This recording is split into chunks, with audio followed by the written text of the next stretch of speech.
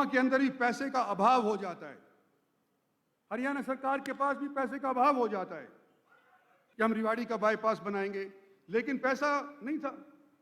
तो मैंने कहा हम पैसा दे देंगे भारत सरकार से, आप हमारे पास तजवीज़ तो करो। नेशनल प्लानिंग बोर्ड के अंदर हरियाणा आएगा जब भी तो पैसा मुकर्रर होगा। तो मेरा आपसे निवेदन है कि अगर मेरे से नहीं बनती है तो बता दीजिए जी, मैं तो वापस ले लूंगा। भाई मैं ही चाहता हूं कि आपके साथ मिलूं, पर आप कम से कम आधा हाथ रास्ते तो हाथ बढ़ाओ तो काम चल जाएगा।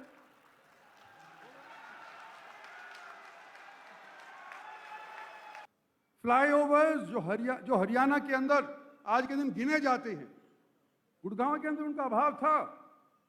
और सबसे पहला जो फ्लाईओवर हमारे यहां पर बना, नेशनल हाईवे नंबर 8 जो जयपुर वाले का जाता है, हीरो होंडा चौक के ऊपर बना, महाराणा प्रताप चौक के ऊपर बना। 500 करोड़ रुपया खर्च भारत सरकार की तरफ से हुआ। और कई बार गुड़गांव के अंदर ही पैसे का अभाव हो जाता है, हरियाणा सरकार के पास भी पैसे का अभाव हो जाता है। और जो हिस्सा हरियाणा की तरफ से तुरंत मिलना चाहिए था NHAI को, कई बार उसके अंदर विलंब हो गया, लेकिन उसके बावजूद बराबर तौर के ऊपर इनके ऊपर काम चलता रहा। आज के दिन जिक्र आएगा एम्बियंस मॉल का कि यू टर्न यहां पे किया जाए। बहुत दिनों से चाल थी, CM साहब ने भी कहा, मैंने भी कहा, आज यह मुकम्मल होकर के और मेरे ख्याल से इसको हरी झंडी दिखा दी जाएगी। दुष्यंत जी ने जिक्र किया ट्रांस हरियाणा हाईवे, इस्माइलाबाद से नारनौल 350 किलोमीटर दूर की यह फासला 9,200 करोड़ रुपए के अंदर यह हरियाणा के अंदर बन जाएगा। उत्तर हरियाणा और साउथ हरियाणा दोनों का दोनों जुड़ जाएगा। बॉम्बे दिल्ली एक्सप्रेसवे 95,000 करोड़, जिसके अंदर सोना और गुनू भी कनेक्टेड है। द्वारका एक्सप्रेसवे 9,000 करोड़, सोना elevated corridor 2,000 crore, Gurgaon Pataudi Rewari highway, जिसमें पटौदी का बाईपास भी शामिल है और लोग यहाँ काफ़ी पटौदी से मैंने देखा कि आए हुए हैं। ये 1,600 करोड़ रुपए का भी इन्होंने मंजूर किया है। और रेवाड़ी पनियाला मोड़ 4,400 करोड़ रुपए का भी मंजूर इनके महकमे की तरफ से हरियाणा को ये सौगात मिली है। और एक चीज़ मुझे और याद है, रेवाड़ी का बाईपास, मैं मंत्री हुआ करता था अर्बन डेवलपमेंट के अंदर, नेशनल प्लानिंग बोर्ड जो आज के दिन हरदीपुरी के पास है, यह महकमा मेरे पास हुआ करता था। और मैंने हरियाणा सरकार से कहा कि जी नेशनल प्लानिंग बोर्ड से पैसा लो। CM साहब ने अनाउंसमेंट कर रखी है कि रेवाड़ी का बाईपास होगा। नरवीर सिंह जी थे, उन्होंने अनाउंसमेंट करी हुई थी कि हम रेवाड़ी का बाईपास बनाएंगे, लेकिन पैसा नहीं था। तो मैंने कहा हम पैसा दे देंगे भारत सरकार से, आप हमारे पास तजवीज़ तो करो। नेशनल प्लानिंग बोर्ड के अंदर हरियाणा आएगा जब भी तो पैसा मुकर्रर होगा। वो खैर नेशनल प्लानिंग बोर्ड के ऊपर हरियाणा की तरफ से दरखास्त नहीं आई, क्योंकि सूद ज़्यादा था कहते हैं, मुझे नहीं पता, कहते हैं बाबू लोग कि भाई सूद ज़्यादा था, NCR बोर्ड ज़्यादा पैसे ले लेता। और वो रेवाड़ी का बाईपास आज के दिन 950 करोड़ रुपए का अगर कोई बना रहा है तो national highway authority Nitin Gadkari बना रहा है। अब जब इतना ज्यादा काम हरियाणा के अंदर इस एक महकमे से हो गया, तो कुछ आशाएं कुछ ज्यादा ही बढ़ जाती हैं, लोगों की बढ़ जाती हैं, यहाँ के प्रतिनिधियों की भी बढ़ जाती हैं। और मुझे याद है, मैं भी हाल ही के अंदर यूपी के अंदर गया था, चुनाव के अंदर मेरी ड्यूटी लगाई गई थी कि जाओ फलानी जगह के ऊपर भारतीय जनता पार्टी के लिए तुम वोट मांग करके आओ। और मैंने क्या देखा कि जहां लोगों से वोट हमारे नेतागण मांग रहे थे, उनमें से एक चीज साथ साथ सभी लोग बोल रहे थे कि यूपी के अंदर देखो रोड्स कितनी बढ़िया बना दिए हमने। और इस नाते यूपी के अंदर भी अगर हमारी ये जीत होती है तो एक हिस्सा इस जीत के अंदर नेशनल हाईवेज अथॉरिटी और उनके महकमे का भी होगा, जिस तरह से वहां पर रोड्स बनी हुई हैं। लेकिन जैसे मैं डिमांड का जिक्र कर रहा था बहुत दिया। अगर आज कुछ नहीं दोगे तो भी हम मंजूर करते हैं, हम आपका बार बार स्वागत करेंगे। लेकिन क्योंकि मैं जनता का प्रतिनिधित्व कर रहा हूं, आज के दिन जो मेरे सामने बात आई है, मैं समझता हूं कि उसका उल्लेख करना मेरा फर्ज है। मैं निवेदन करना चाहता हूं गडकरी जी कि एक तो पचगांव चौक के ऊपर आपकी आज की सूची के अंदर 1407 करोड़ के अंदर पचगांव के अंदर अंडरपास का जिक्र नहीं है। मैं निवेदन करना चाहता हूं कि आज की सूची के अंदर राटीवास चौक का भी जिक्र नहीं है। और मैं ये भी निवेदन करना चाहता हूं कि रिवाड़ी बगल के अंदर जिला पड़ता है, वहां पर सालावास के अंदर भी अंडरपास का जिक्र नहीं है। ये अगर आप मंजूर कर देते तो बहुत अच्छा बात। मैं समझता हूं लोग इस आशा से नहीं आए कि इसको मंजूर करेंगे, लेकिन मुझे पूरा यकीन है कि आप मंजूर करके इसको यहां से जाएंगे। और दो चार चीजें हैं जिसका मसला आप अच्छी तरह से जानते हैं। ये खेड़ की दौला वाला टोल प्लाजा 4-5 साल से सब मशक्कत कर रहे हैं। वो पता नहीं कैसी सरकार आई थी पहले, जिन्होंने कॉन्ट्रैक्ट दे दिया। एक जिले के अंदर 20 किलोमीटर के दायरे के भीतर भीतर 3 जगह टोल लो। 2 तो टोल हट गए, लेकिन खेड़ की दौला वाला अभी तक नहीं हटा। तो जितना जल्दी हो, आपसे मेरी रिक्वेस्ट है कि ये खेड़ की दौला वाले टोल प्लाजा को भी हटवा दें। आपने हमारे को आश्वस्त कराया है कि भाई जिस दिन के ऊपर गुड़गांव एक्सप्रेसवे बन जाएगा, उस दिन खेड़ की दौले से ये हट करके और गुड़गांव एक्सप्रेसवे के ऊपर लग जाएगा। नैनवाल, सहरावन, बिनोला, आसलवास, नेचाना, बावल इंडस्ट्रियल एरिया, ये सारे के सारे ओवरब्रिज मांग रहे हैं। आप किसी अफसरान को यहाँ भेज करके निरीक्षण करवा लीजिए अगर उचित है, और मैं समझता हूँ कि उचित है क्योंकि मैंने खुद इनका निरीक्षण किया है। तो ये भी ओवरब्रिज भी कृपा करके आप ये इनको पास कर देना। और एक सारे हरियाणा की डिमांड है, एनसीआर रीजन हरियाणा का 3/4 हिस्सा हो जाता है, आधे से डबल है ही है। और ये जो नया कानून आया है कि भाई 10 साल का डीजल का व्हीकल और 15 साल पेट्रोल का व्हीकल अगर एनसीआर रीजन के अंदर 10 साल से या 15 साल से ऊपर चलेगा तो उसका चालान हो जाएगा, उसको बंद कर दिया जाएगा। प्रदूषण के लिहाज से बिल्कुल दुरुस्त। पर हरियाणा कृषि प्रधान प्रदेश है, क्या इसमें से ट्रैक्टरों की माफी हो सकती है? न गडकरी जी, गडकरी ये सुना नहीं सीएम साहब। मैं यूं कह रहा था कि 10 साल का डीजल का, 15 साल का पेट्रोल की गाड़ी बंद हो जाती है एनसीआर के अंदर। ट्रैक्टर को माफी चाहिए कि ट्रैक्टर किसान का एकमात्र खेती करने वाला एक ये मशीनरी, क्या इसको आप माफ कर सकते हैं? क्या ये सारे हरियाणा के लिए एक सौगात होगी? और मुख्यमंत्री जी से भी मैं कुछ कह दूं तो मौका मिलता है कभी कभी। बड़े मुख्यमंत्री जी बड़े दयालु हैं। सारे हरियाणा के अंदर इन्होंने इकसार तौर के ऊपर तरक्की करने का प्रयास किया है, ये मैं मानता हूं। और सबसे मतलब इतिहास के अंदर मनोहर लाल जी का नाम लिखा जाएगा कि पहले एक ऐसे मुख्यमंत्री बने जो बीजेपी की बहुमत से पहली बार बतौर चीफ मिनिस्टर स्थापित हुए।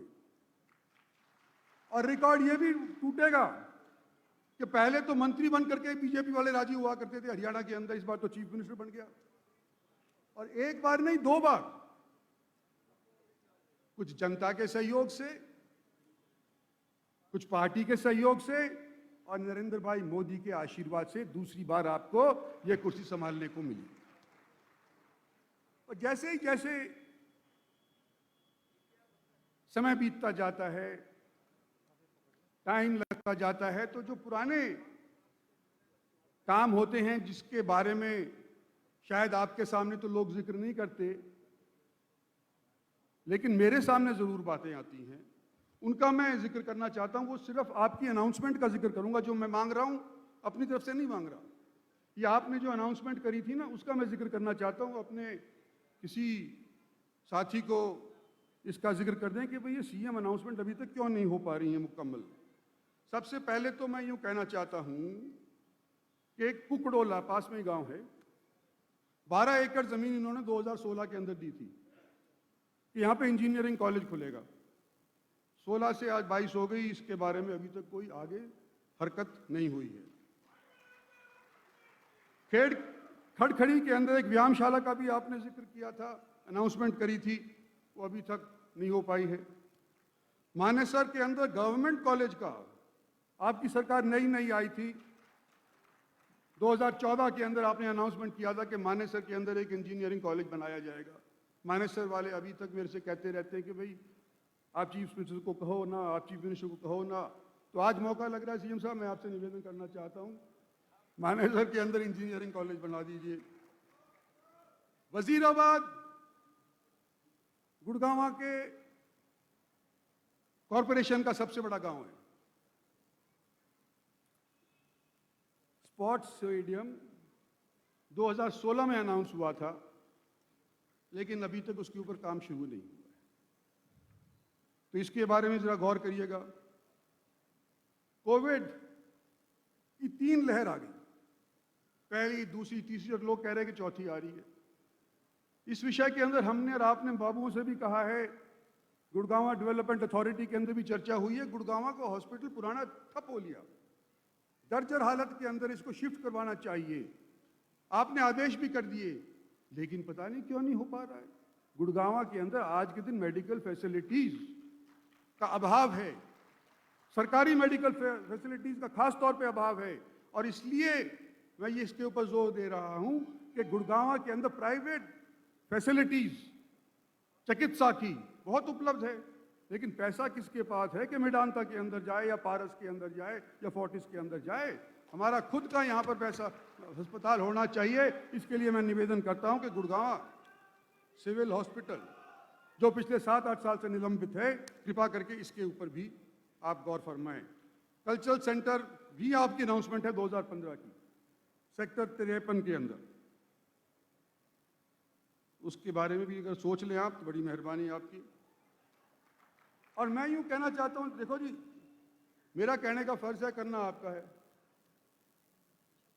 मैं तो आज के दिन आपके बीच मंत्री के तौर के ऊपर नहीं बोल रहा, इनका रिप्रेजेंटेटिव के तौर के ऊपर बोल रहा हूं, एमपी के तौर के ऊपर निवेदन करना चाहता हूं। गुड़गांव के अंदर कॉर्पोरेशन बनी, गुड़गांव के अंदर डेवलपमेंट अथॉरिटी बनी, और सारे प्रदेशों के अंदर जो हमारे हरियाणा के इर्द गिर्द हैं, उनके अंदर 73rd अमेंडमेंट और 74th अमेंडमेंट, ये 2-3 बार मैं पहले भी कह चुका हूं,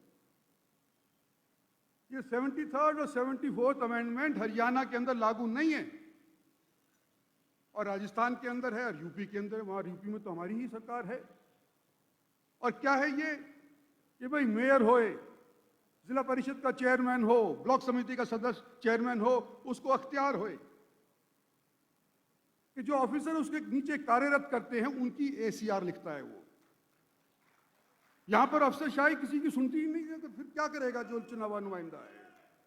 तो मेरा आपसे निवेदन है कि आपने अनाउंस किया हुआ है वजीराबाद के अंदर एक स्पोर्ट्स स्टेडियम। लोग मेरे से ये पूछते हैं, मुख्यमंत्री जी, कि आपकी चीफ मिनिस्टर साहब से बनती भी है कि नहीं बनती?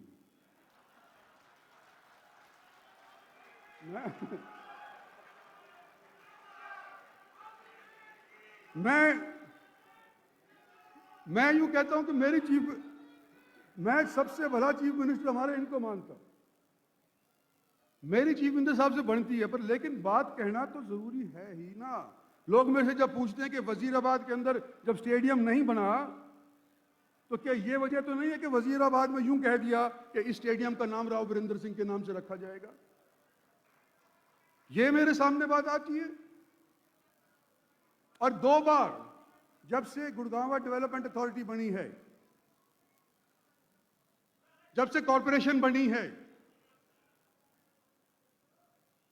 गुड़गांव म्युनिसिपल कॉरपोरेशन की तरफ से 2 बार पारित हो लिया 2011 के अंदर कि जो बायोडायवर्सिटी पार्क है हमारा गुड़गांव और दिल्ली के बीच के अंदर,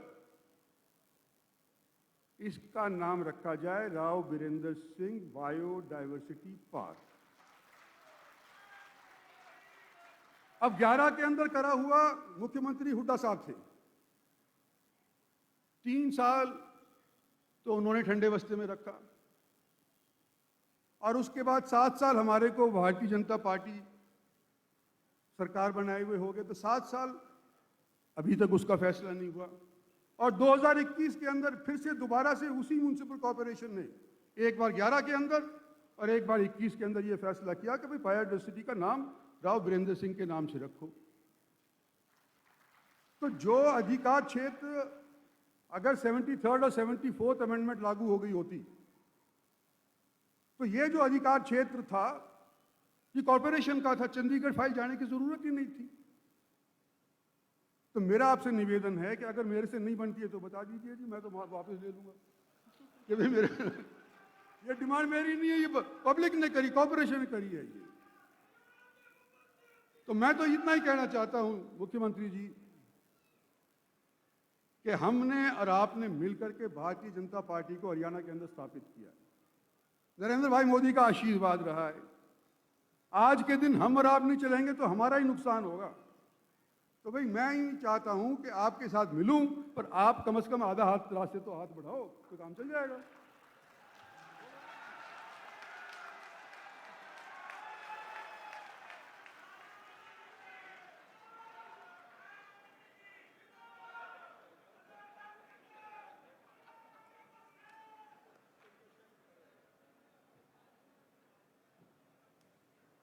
मैं अब आगे इसके विषय में नहीं बोलूंगा, जो रह गई बात ना वो मैं आपको हैंड ओवर कर दूंगा। आज हमारे बीच के अंदर दुष्यंत जी बैठे हुए हैं और मैंने निवेदन इनसे किया था, पचगांव से तावड़ू वाली रोड MES के पास है। भारत सरकार का एक महकमा डिफेंस मिनिस्ट्री के नीचे आता है, मुझे पता किस किस्म का महकमा है, उसमें जूनियर रैंक थी। आज उन्होंने OPWD से बनाने का मंजूरी दे दी है, आपका धन्यवाद करना चाहता हूं। और मैं उम्मीद यह करता हूं कि आज के दिन राजस्थान से मुख्यमंत्री सबसे पहले जुड़ करके भाग गए, हमारी बात सुनी नहीं, अपनी सुना गए, लेकिन उनके मंत्री हैं। मैं गहलोत साहब को अच्छी तरह से 25 साल से मैं जानता हूं कि मैं कांग्रेस में रहा था। जो भी राजस्थान के मंत्रीगण यहां पर वाया वीडियो कॉन्फ्रेंसिंग सुन रहे हैं, मैं उनसे निवेदन करना चाहता हूं कि भिवाड़ी एक बहुत भारी इंडस्ट्रियल एरिया आपका बन गया, लेकिन भिवाड़ी का गंदा पानी सारा का सारा हमारे यहां पर हरियाणा के अंदर आ रहा है। और चलो 5-10 गांव तक आ जाए तो हम खामोश भी रहें। नेशनल ग्रीन ट्रिब्यूनल बोल चुका, सुप्रीम कोर्ट की फटकार लग चुकी कि भिवाड़ी का गंदा पानी हरियाणा के अंदर नहीं आना चाहिए, लेकिन कोई फर्क नहीं पड़ रहा। DC हमारे और अलवर के कई बार मिल चुके, लेकिन कोई फर्क नहीं हो रहा। और सबसे ज्यादा दिक्कत यह है कि गंदा पानी लीच करके नीचे जाकर के जज्ब हो करके साहबी नदी के बेड के अंदर नीचे पहुंच करके जहां से हम पानी पीने को लेते हैं, सारे एरिया को प्रदूषित कर देगा, उस पानी को नशूत कर देगा। तो आपसे भी गहलोत साहब और आपके जो प्रतिनिधि यहां पे बैठे हुए हैं उनसे निवेदन है, कृपा करके हमको बख्शो, भिवाड़ी का पानी भिवाड़ी तक ही सीमित रखो, हमारे को उसका मार से बचाओ। ये मेरा आखिरी निवेदन था और मैं ज्यादा लंबा ले गया। गहलोत साहब माफ करूंगा अगर ज्यादा कुछ बोल गया तो, आपसे इजाजत चाहूंगा। धन्यवाद आपका जो आप सब लोग यहाँ पर आकर के गजपति जी के स्वागत के लिए उपस्थित हुए हैं। और इसके कारण से हमारे यहाँ औद्योगिकरण बहुत अच्छा हुआ है। खास करके मैं यहाँ गुरुग्राम जिला और हमारा रेवाड़ी जिला और जो आसपास का क्षेत्र है, फरीदाबाद जिला है, पलवल जिला है, झज्जर जिला है, इन जिलों में जितना औद्योगिकरण हो रहा है और जितना इंफ्रास्ट्रक्चर हो रहा है, निश्चित रूप से ये दिल्ली के बाद एक नए प्रकार का जो राजधानी का क्षेत्र, एनसीआर का जो रियल क्षेत्र वो यही है। तो एनसीआर के क्षेत्र में इसका जो लाभ मिला है, केंद्रीय योजनाओं के कारण से मिला है, एनसीआर प्लानिंग बोर्ड के कारण से मिला है। मैं एनसीआर प्लानिंग बोर्ड का भी धन्यवाद करता हूँ। एक बात का जिक्र राव साहब ने कहा है कि एनसीआर के कारण से ये जो प्रदूषण की एनजीटी की जो ऑर्डर्स आते हैं उसमें और प्रदूषण कम हो, उसके अंदर ट्रैक्टर को भी उन्होंने शामिल कर लिया है कि 10 साल के जो डीजल के ट्रैक्टर हैं उसके बाद उनको चलने नहीं दिया जाएगा। लेकिन मैं आपको विश्वास दिलाता हूं, हमने एनजीटी से भी बात की है, हमने केंद्रीय मंत्रालय से भी बात की है। अभी 2022 तक तो ट्रैक्टर पर छूट मिली हुई है। हम इस सेशन में जो चल रहा है अभी बजट सेशन, इसके अंदर एक कानून बनाएंगे कि ट्रैक्टर को सालों से न गिना जाए, बल्कि उसके प्रदूषण की मात्रा उसके हिसाब से निर्णय लिया जाए और 2025 तक कम से कम इन ट्रैक्टर्स को कोई छेड़ेगा नहीं। बाद में भी ये सुविधाएं लेकर के हम रहेंगे कि ट्रैक्टर को उसमें से कैसे छूट मिले, ताकि ट्रैक्टर की छोटी मोटी मॉडिफिकेशन करके प्रदूषण रहित ट्रैक्टर वो इस इलाके में चल सकेगा। ये मैं आपको विश्वास दिलाता हूं। भाइयों बहनों, कल ही हमने जो है अपना जो बजट पेश किया है, उस बजट में हम लगातार पिछले 7 वर्षों से प्रयत्न रहता है कि पूंजीगत व्यय इसको हम बढ़ाएं। कैपिटल फॉर्मेशन की जो कंस्ट्रक्शन की जो चीज़ें हैं वो आगे बढ़नी चाहिए, रेवेन्यू एक्सपेंस हमारा कम होना चाहिए। तो पूंजीगत व्यय जो 2014 में 15 में उन्हें सत्ता संभाली थी, उस समय सिर्फ 20% था और बढ़ते बढ़ते अगले वर्ष के लिए हमने 34% पूंजीगत व्यय यहाँ पर लेकर के आए हैं, ताकि जितना पूंजीगत व्यय बढ़ेगा, जितना निर्माण होगा, उतना विकास ज़्यादा होगा और उतना अपना हमारे जो प्रदेश का समाज है वो सुखी होगा। ये एक बहुत अच्छे ट्रेंड पर हम आगे बढ़ रहे हैं। हम देखते हैं कि ये जितना भी हमारा बजट होता है उसका, ये ठीक है कि बहुत शिकायतें हमारे राव साहब को हैं, स्वाभाविक हैं, वो यहाँ के सांसद हैं और जितना वो इस क्षेत्र के लिए अपने नए कामों के बारे में पीड़ा उनके मन में है, जितना वो सुझाव देते हैं, हम कोशिश करते हैं उनके ऊपर आगे बढ़ें। लेकिन फिर भी आज इन्होंने बहुत सी चीज़ें गिनाई हैं कि जो काम नहीं हुए हैं। मैं राव साहब को कहूँगा एक लिस्ट ऐसी भी गिना दो कि इस इलाके में जो जो काम हुए हैं। यदि आप हुए कामों को गिना दोगे और फिर जो काम रह गए हैं उनकी तुलना करोगे, तो मैं आप दावे से कह सकता हूं कि 90% काम हो गए हैं, 10% बाकी बचे हैं, नहीं बचने चाहिए थे। लेकिन आज आपसे हाथ मिला करके मैं कह रहा हूं कि 10% जल्दी जल्दी पूरे करा देंगे। ये पंचग्राम नाम बड़ा सुंदर है। मैंने आज ही अपने सहयोगी से पूछा कि इन पंचग्राम का जो पंचगांव ये जो स्थान है, ये अपने आप में अलग गांव तो कोई है नहीं, ये 5 गांव का समूह है। इस पंचगांव के स्थान की प्रेरणा लेकर के हमने एक और निर्णय किया है, एक पॉलिसी भी बन गई हमारी। क्या? ये जो केएमपी मार्ग है जिसको हम देख रहे हैं साइड से जा रहा है, यहाँ से चलते हुए ट्रैफिक को भी हम देख रहे हैं केएमपी मार्ग पर, जो पलवल से शुरू होता है और कुंडली तक चला जाता है।